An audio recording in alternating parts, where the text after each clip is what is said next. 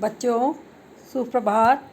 मैं डॉक्टर सुमन गुप्ता, सह आचार्य समाजशास्त्र, राजकीय महाविद्यालय नावा नागौर। बच्चों, पिछले वीडियो में अपन ने साक्षात्कार का अर्थ, परिभाषा की बात की थी। आज हम देखेंगे साक्षात्कार के प्रकार या साक्षात्कार के वर्गीकरण के आधार और प्रकार। जहाँ तक वर्गीकरण के अध्ययन की प्रविधि के आधार पर वर्गीकरण की बात करेंगे तो हम क्या बोलेंगे कि साक्षात्कार दो प्रकार के, अध्ययन की प्रविधि के आधार पर साक्षात्कार दो प्रकार के होते हैं। एक संरचित साक्षात्कार और दूसरा असंरचित साक्षात्कार। ऊपर मैंने जो ये दिखाई है आपको टेबल, इसमें बिल्कुल स्पष्ट नज़र आ रहा है आपको कि वर्गीकरण के आधार पर दो प्रकार के साक्षात्कार की बात कर रहे हैं हम, कि पहला है संरचित साक्षात्कार और दूसरा असंरचित साक्षात्कार। अध्ययन की प्रविधि के आधार पर कहते हैं इनको। संरचित साक्षात्कार की जब हम बात करेंगे, जैसा इसके नाम से ही पता चल रहा है कि संरचित साक्षात्कार को नियंत्रित साक्षात्कार के नाम से भी जाना जाता है। क्यों? और नियंत्रित के साथ साथ इसको औपचारिक साक्षात्कार का नाम भी दिया जाता है। तो आपको अगर इन तीनों में से कोई भी नाम दिया जाए तो घबराने की ज़रूरत नहीं है, चाहे वो संरचित साक्षात्कार बोले, चाहे नियंत्रित बोले या औपचारिक साक्षात्कार की बात करें, तो आपको ये पता होना चाहिए कि यह साक्षात्कार की एक ऐसी प्रविधि है, संरचित साक्षात्कार की एक ऐसी प्रविधि है जिसमें पहले से ही क्या करते हैं, प्रश्नों की एक सूची बना लेते हैं। निर्धारित प्रश्नों की सूची जो विषय से संबंधित होती है उसको बनाते हैं और उसकी सहायता से उत्तरदाताओं से संपर्क स्थापित करके उनका साक्षात्कार लिया जाता है। प्राप्त उत्तरों को उसी समय लिख लिया जाता है। इस प्रकार के साक्षात्कार में साक्षात्कारकर्ता के ऊपर विशेष नियंत्रण रखा जाता है। अब विशेष नियंत्रण कैसे, कोई उनको पकड़ के थोड़ी रखते हैं।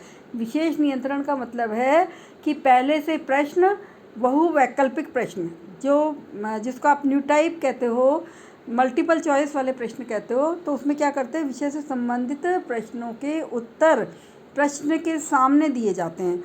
उनमें से ही कोई प्रश्न का जो उत्तर है उनको चिन्हित करना होता है। तो ये कंट्रोल हो गया, मन से वो कुछ नहीं कहेगा, जो कुछ आंसर लिखे हैं केवल वो उसी में से उत्तर देगा। इसलिए हम ये कह रहे हैं कि ये वाला जो साक्षात्कार है इसमें साक्षात्कारकर्ता के ऊपर नियंत्रण रखा जाता है। साक्षात्कारकर्ता जो है, साक्षात्कारकर्ता और साक्षात्कारदाता दोनों के ऊपर कंट्रोल है। साक्षात्कारकर्ता को भी अलग से प्रश्न पूछने की स्वतंत्रता नहीं होती है और वही शब्दावली, वही भाषा इस्तेमाल करनी होती है जो प्रश्न पहले से बनाए हुए हैं। उसमें कोई हेरफेर करने का अधिकार साक्षात्कारकर्ता को नहीं होता है। ठीक है, तो इसलिए इसको हम बोलते हैं नियंत्रित या औपचारिक साक्षात्कार। इस प्रकार के साक्षात्कार का उद्देश्य क्या है, उत्तरदाताओं से समान उत्तर प्राप्त करना। मतलब हम क्या करते हैं, इसमें पूरी तरह से ऑप्शंस जो है वो सिमिलर होते हैं। मल्टीपल चॉइस वाले क्वेश्चन आपने छोटी क्लासों में देखे होंगे कि आपके सामने प्रश्न है और प्रश्न के लिए 4 विकल्प दे रखे हैं, उनमें से आपको एक चयन करना है। तो ऐसे ही जब ये वाला इंटरव्यू लेने जाते हैं साक्षात्कारकर्ता, तो वो पहले से ही संभावित उत्तर जो है वो प्रश्न के सामने लिखकर ले जाते हैं और उसमें से उनको उत्तर बताने के बाद उसके ऊपर टिक लगा दिया जाता है। तो इस तरह से ये ठीक, इसको हम कह सकते हैं ये जो प्रश्न है वो बंद प्रकृति के होते हैं, अर्थात इसमें उत्तरदाता को जो उत्तर पहले से दिया है केवल उसी में से विकल्प को चुनना होता है जो उसे सबसे अच्छा लगता है।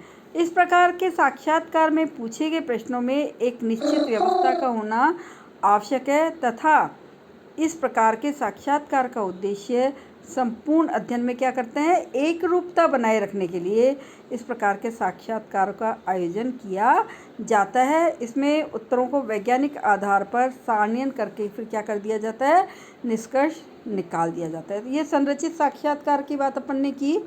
इसके बाद अपन बात करेंगे असंरचित साक्षात्कार।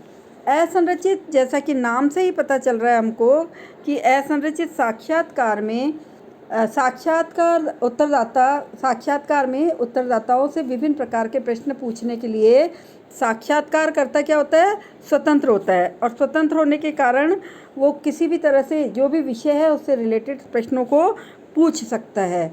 और इसलिए इस विधि को अनियंत्रित या अनौपचारिक साक्षात्कार भी कहा जाता है। ठीक है, तो ये अनौपचारिक साक्षात्कार की जब हम बात करते हैं तो अपन ये वाली बात इसमें जोड़ देंगे कि इसमें स्वतंत्र अनुसंधानकर्ता, साक्षात्कारकर्ता और साक्षात्कारदाता दोनों के ऊपर कोई नियंत्रण नहीं होता है। इसमें बिना किसी पूर्व अनुसूची की सहायता से साक्षात्कारकर्ता मुख्य प्रश्न पूछता है और उत्तरदाता स्वतंत्रतापूर्वक उन प्रश्नों के उत्तर देता जाता है। ठीक है, तो इसलिए इसको असंरचित साक्षात्कार के नाम से भी जानते हैं। असंरचित, अनियंत्रित साक्षात्कार, अनौपचारिक साक्षात्कार, ये 3 नाम इसके हैं जो आपको याद रखने चाहिए, क्योंकि एग्ज़ाम में एग्जामिनर कुछ भी पूछ सकता है, तो आपको ये नाम पता होने चाहिए।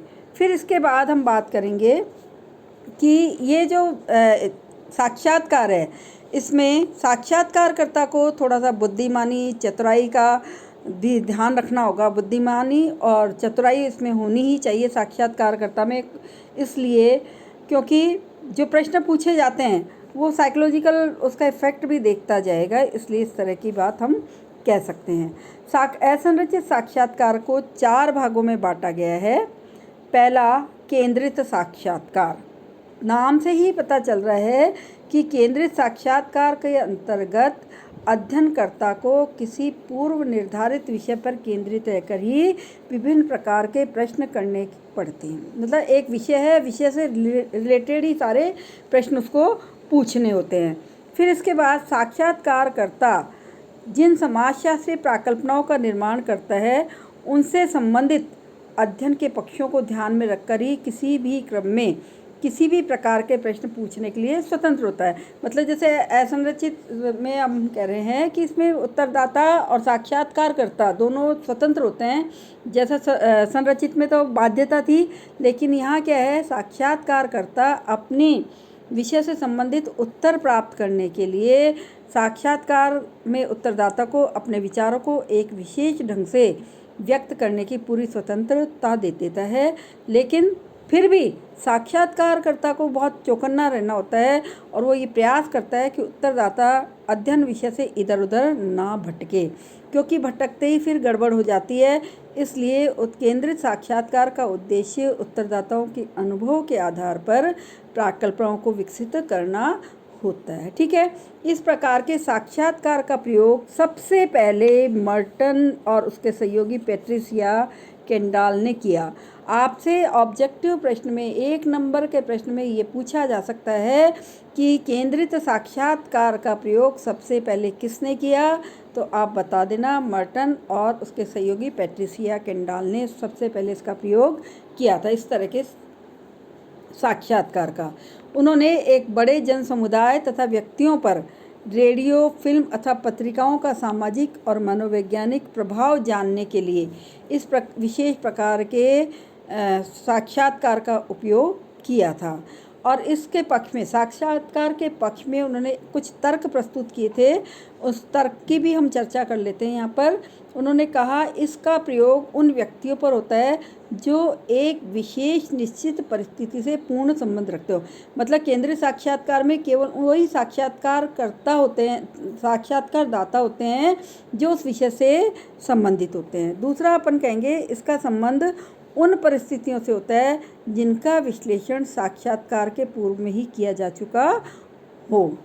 तीसरा है इसका प्रयोग साक्षात्कार निर्देशिका के आधार पर होता है। मतलब पहले से ही प्रश्नों को एक पथ प्रदर्शिका के अंदर निर्मित कर लिया जाता है। अन्वेक्षक के प्रमुख क्षेत्रों और प्राकल्पनाओं का दिग्दर्शन कराता है ये। और लास्ट बात अपन इसमें ये कहेंगे कि ये अध्ययन विशेष निश्चित स्थितियों के संबंध में आत्मनिष्ठ अनुभव, अभिवृत्ति और भावात्मक प्रत्युत्तरों पर ही केंद्रित होता है। तो इस तरह से अपन देख रहे हैं केंद्रित साक्षात्कार जो है वो एक सब्जेक्ट विशेष को लेकर उससे संबंधित लोगों से ही साक्षात्कार किया जाता है इसमें। नेक्स्ट है इसी का दूसरा पॉइंट, मतलब असंरचित साक्षात्कार का दूसरा प्रकार है नैदानिक साक्षात्कार। नैदानिक साक्षात्कार की जब हम बात करते हैं तो अपन कहेंगे कि इसमें इस साक्षात्कार का उद्देश्य उत्तरदाताओं के जीवन के अनुभवों को जानना होता है। इस साक्षात्कार में साक्षात्कारकर्ता इस विषय में सावधान रहता है कि उसके अध्ययन से संबंधित विभिन्न पक्ष क्या हैं, मतलब उसको किस किस के ऊपर तथ्यों को संकलन करना है। लेकिन उत्तरदाताओं के अनुभवों की जानकारी प्राप्त करने के लिए उसे विषय को किसी भी ढंग से प्रस्तुत करने की स्वतंत्रता उसको होती है। इस प्रकार के साक्षात्कार का प्रयोग व्यक्ति के जीवन इतिहास को जानने के लिए या किसी व्यवस्था को सुधारने के लिए, मानसिक रोगियों से वार्तालाप करने के लिए इस प्रकार के साक्षात्कार का आयोजन किया जाता है। इसलिए इसको क्या कहते हैं, नैदानिक साक्षात्कार कहा जाता है। इसमें लोगों के जो अनुभव हैं उनके आधार पर किसी व्यवस्था में सुधार लाने का प्रयास किया जाता है, निदान करने की बात करते हैं हम। इसका तीसरा प्रकार है अनिर्देशित साक्षात्कार। अनिर्देशित साक्षात्कार असंरचित साक्षात्कार की ही एक प्रविधि कही जाती है। इसमें किसी विशेष सूचना के स्पष्टीकरण में अध्ययनकर्ता की तुलना में उत्तरदाता का स्थान अधिक महत्वपूर्ण होता है। मतलब उत्तरदाता को ज़्यादा वो इम्पोर्टेंस दी जाती है। इसमें अनुसंधान का क्षेत्र एवं विषय वस्तु निश्चित ही पूर्व निर्धारित एवं पूर्व आयोजित हो जाती है, लेकिन साक्षात्कारकर्ता को प्रश्नों के क्रम बदलने की या उन्हें अन्य ढंग से व्यवस्थित ढंग से पूछने की स्वतंत्रता इस साक्षात्कार में होती है। ठीक है ना। साक्षात्कारकर्ता को ये स्वतंत्रता होती है कि वो विषय से संबंधित सूचनाओं को प्राप्त करने के लिए प्रश्नों के क्रम को बदल सकता है। ठीक है। परिस्थितियों के अनुरूप प्रश्नों को बदलकर महत्वपूर्ण तथ्य प्राप्त करने का प्रयास कर सकता है।